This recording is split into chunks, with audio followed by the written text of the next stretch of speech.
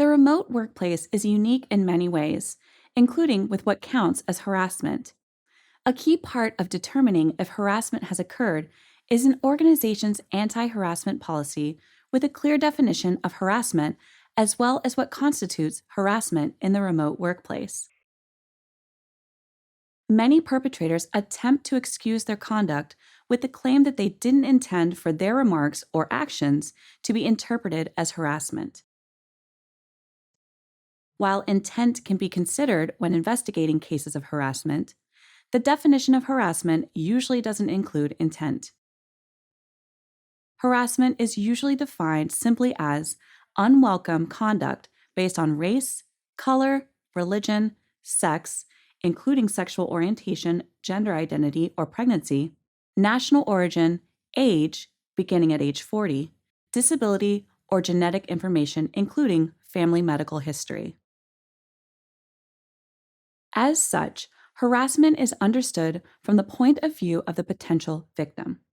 If the conduct is unwelcome or unwanted, that potentially makes it harassment. However, there are degrees of harassment, and some offenses can be seen as more casual examples. These might include such things as an offhand or isolated remark, jokes, rude behavior, or inappropriate images. Each of these can be an issue in a remote work environment. Determining if harassment has occurred is complicated by the fact that often intent and context can be missing or difficult to define in a remote work environment. The physical context of an in-person work environment can help establish whether a remark or image really constituted a case of harassment or is perhaps just insensitive behavior.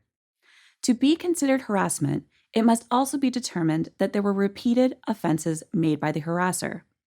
An isolated incident might not be considered harassment if the issue was addressed immediately. Another key factor to bear in mind when determining if behavior constitutes harassment is that many organizations' anti-harassment policies define harassment in terms of how a reasonable person would interpret the behavior.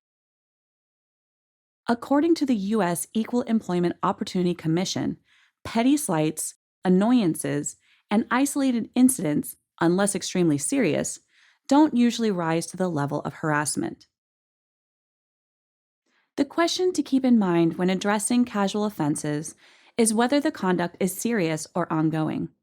A single incident may count as harassment if it's serious enough, or a series of more casual incidents may count as harassment if they're part of a larger pattern of conduct.